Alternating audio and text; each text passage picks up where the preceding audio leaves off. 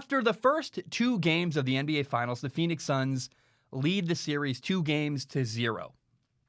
In Game 1, they beat the Bucks 118-105. And in Game 2, the Suns scored 118 points again. This time in Game 1, and in Game 2, they won 118-108. Very similar scores, similar games in some respects, Game 1 and Game 2. Game 3 of the NBA Finals is going to be really, really, really important.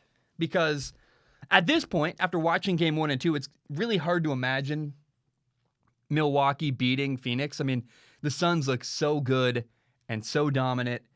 And it's not entirely hopeless. I'm going to lay out a path of what Milwaukee can do to beat Phoenix, or at least get competitive with Phoenix. But we're just at a point where the NBA Finals are in danger of becoming a blowout. I mean, they really have to make some changes in Milwaukee.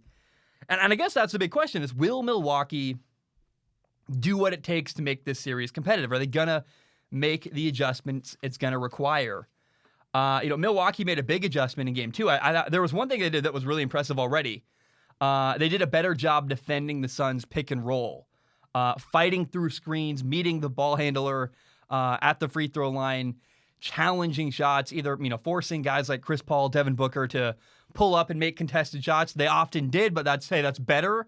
Or forcing kick out passes, which unfortunately for Milwaukee, Phoenix just knocked down a bunch of threes in Game 2. They were 20 for 40 shooting threes. To hit 20 3-pointers, 8 of them in the first quarter. Hey, the Suns had a great night shooting. Now, the biggest thing Milwaukee needs to do, though, is they need to have Drew Holiday and Chris Middleton step up.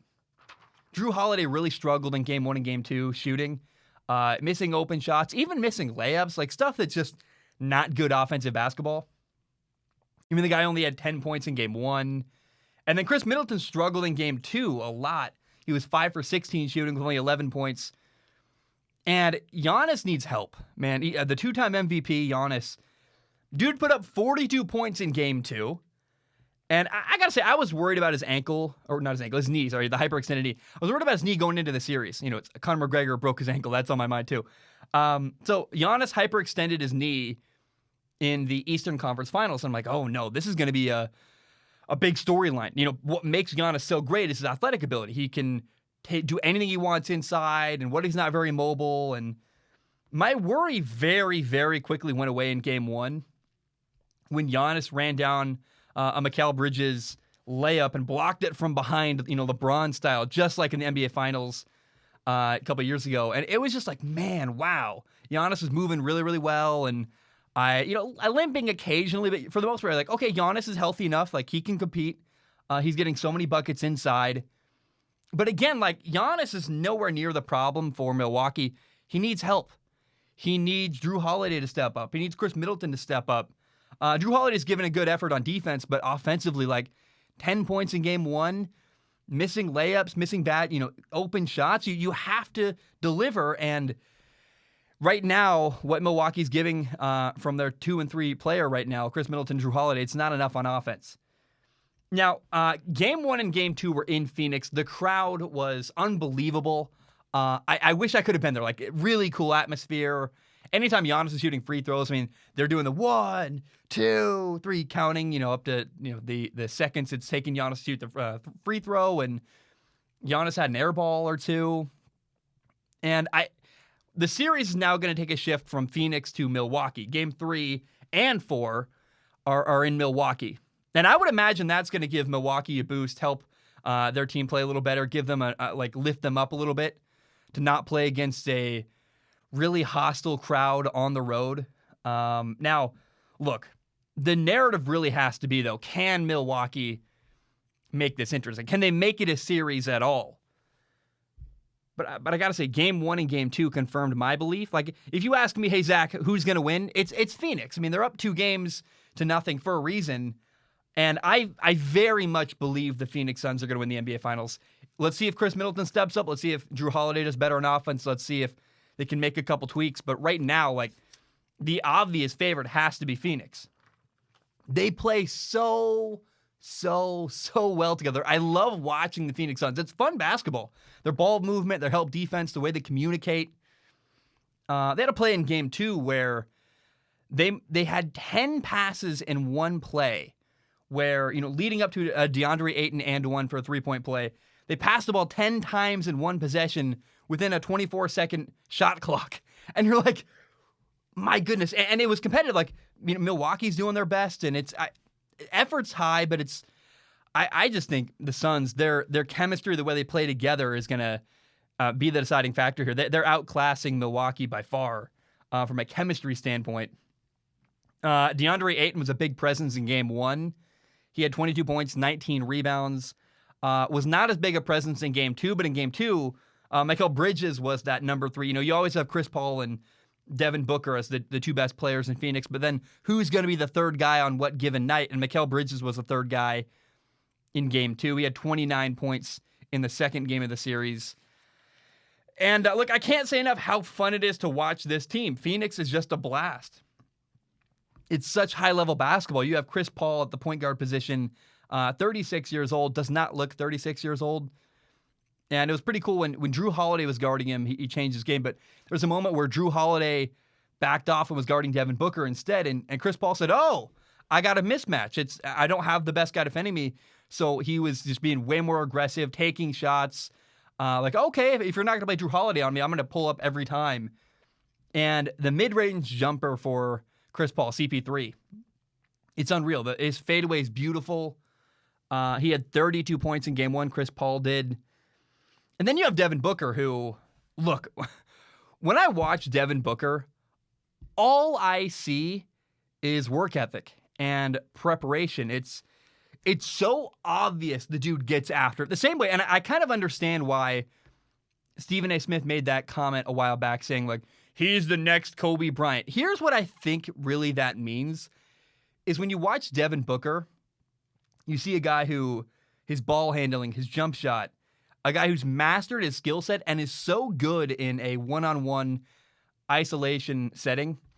And he clearly has just done so much work in the offseason preparing tirelessly. And when you watch Kobe, the preparation showed. You went, yeah, this guy must shoot a bazillion shots in the offseason. This guy must be constantly working on his ball handling and all kinds of stuff. And you get the same feeling when you watch Devin Booker. This is a guy who's incredibly well prepared, who just works like a dog to get ready every season in the offseason.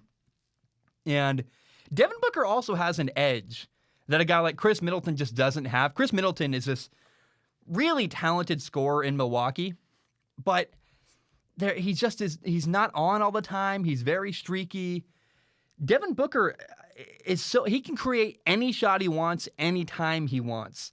And he just does crazy stuff. He has layups where he goes, over and under, and I forget what the word is called there, like around the world layups, like in the air, this double clutch. It's beautiful.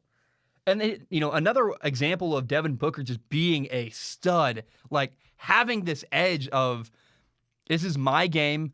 I'm going to do whatever I want. He had a really long three-pointer with Brook Lopez, a 7-footer from Milwaukee, in his face, and just like nothing. He's nothing but net. It was beautiful. And you're like, wow, oh my goodness. That's a guy who, Chris Middleton doesn't have that kind of edge, that kind of just, the ability to, I've heard Charles Barkley talk about having the ability to step on someone's neck and be the finisher when you need to. Devin Booker has that. Like, he can put the nail in the coffin, and it's so impressive to watch this guy. And his shot-making ability is unreal. I love watching Devin Booker. Now, the Bucks are going to try. It's really, really hard to see Milwaukee beating Phoenix, though. In Game 2, Giannis had 20 points in the third quarter. That's the most points ever for a player in a single quarter in NBA Finals history, and it didn't even make a dent. I mean, Phoenix was, in Game 1, they led by 20 points late in the third quarter, right near the end. And frankly, Milwaukee is still too undisciplined. Milwaukee makes random passes, bad shots, lazy moves. It's almost like sometimes Milwaukee doesn't realize, hey, you're playing in the NBA Finals. You can't screw around here. It's a lackadaisical nature that makes you. It's very bizarre. And I almost wonder does Milwaukee need a better coach? Like, what's happening here? Is Mike Budenholzer not saying, hey, we got to correct these mistakes. We can't be making that pass. We can't be just blatantly missing easy layups. We can't be throwing the ball away here. We can't be lazy or not going after the ball, not closing out. Like, it's little things that Milwaukee is so bad at. Like, they're so bad at the fine detail. That's got to be coaching, right? Like, is he not pointing these things out? Are they not listening to him? Milwaukee makes so many bad plays that you have to wonder at what point do you blame coaching for not cleaning up those little things. I don't know, man. I think Phoenix is going to win the title. I would be shocked if they didn't. But it is interesting, like, can Milwaukee make it interesting? It is also worth noting Dario Saric, the Suns forward, tore his ACL in Game 1. Interesting. It's sad, really. It's brutal for him. I feel so bad. Like, season over, Game 1 of the NBA Finals, just you're done for the year. Awful for him. I just feel so bad for Dario Saric. But again, the question remains, what's going to happen? Game 3 is must-win for Milwaukee. They have to deliver. You cannot allow... You go down 3-0, it's over. Like, it is over. This is a must-win game for Milwaukee. And we'll see, like, can Milwaukee make things interesting in the NBA Finals, or is it going to be a sweep or a gentleman's sweep? Game 3 is massively important. It's tonight in the NBA Finals.